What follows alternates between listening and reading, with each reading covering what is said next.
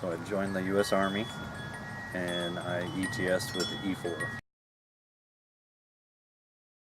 So I was stationed in Korea, and yes, they had a program they called the Katusa program. It was ROK Army soldiers that worked directly with and lived with the U.S. Army.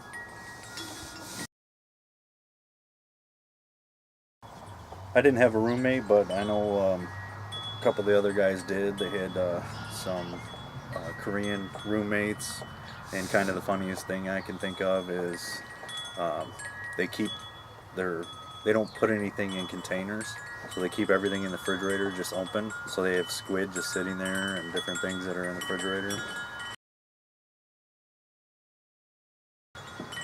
Um, to be honest, nothing was really going for me here, so I figured I might as well do something. So I joined the Army. So I would have to say no. The reason I feel that way is because regardless of any of the kind of the situations or any psychological issues, we have too many countries that are going to try to take from us or take from other people. There's too much of an ethnical cleansing, and governments trying to overthrow other governments, and we have to have some type of military response so that we can protect our freedoms and other people's freedoms. The food's not too bad. You kind of find certain things you like and that you can eat out of the chow hall. MREs, my favorite was the barbecue chicken and rice. Other than that, they're all disgusting. Do you have any stories about one that was in particular as extremely disgusting, or?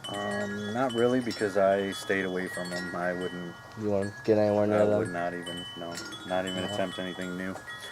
The best, I think, chow hall I ate in was in the Air Force. Chow hall, they have really good food there.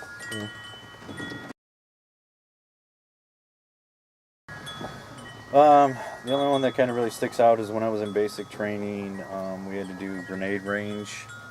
So before we actually threw live grenades, we had to run through different simulations with simulator grenades. And that day that we did it particularly was freeze raining, and it was cold out, and we didn't have any wet weather gear on.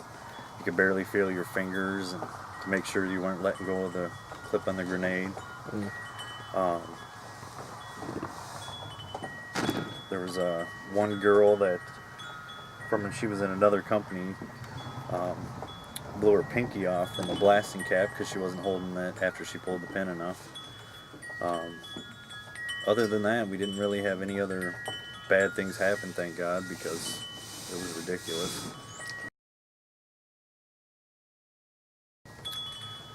Probably all of it in general. I actually really like Korea a lot, just because everybody was there all the time. Everybody had to work together. Once I got back to the States, it was a little bit different. Everybody would work during the day and go home to their families at night, so there wasn't the camaraderie, I think, that there was when we were overseas.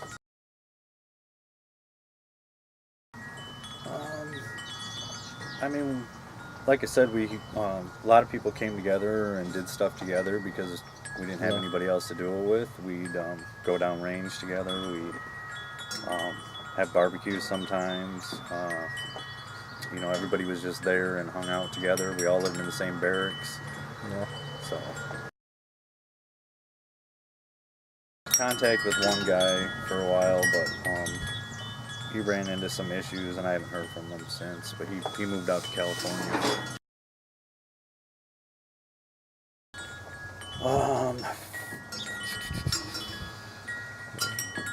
I mean, a lot of them are pretty impressive. The AT-4, the Mark 19, that's a vehicle mount cruiser weapon. The SAW is pretty neat. There's a bunch of different things that we have. It's hard to. I have Bradleys. I've been when I was stationed in Korea, we were next to company. They had M1A1s and Bradleys and different tanks. So I mean, they're pretty awesome. No, no. I'm glad that I served. Sometimes I wish I would have stayed in longer. My son joined the Army because I liked it, because I had a good experience. Um, I don't. It's nothing I wouldn't change. So in Korea, we went out to the field one night, or for a month. But the first night out there, we had an issue with one of the tanks, one of our track ambulances, and the track fell off. And where they were at was pretty far from where we had our perimeter. And thing I remember most is we ended up needing a part. They had to run back to get it, and it was late at night, and we were in another country. But you looked up at the stars, and it was like being at home. It was just kind of gave you that weird feeling, like the sky looks the same everywhere type thing. Yeah. So that was pretty neat. It was like one of those moments of awe or Okay. peace, Okay. Yeah. So.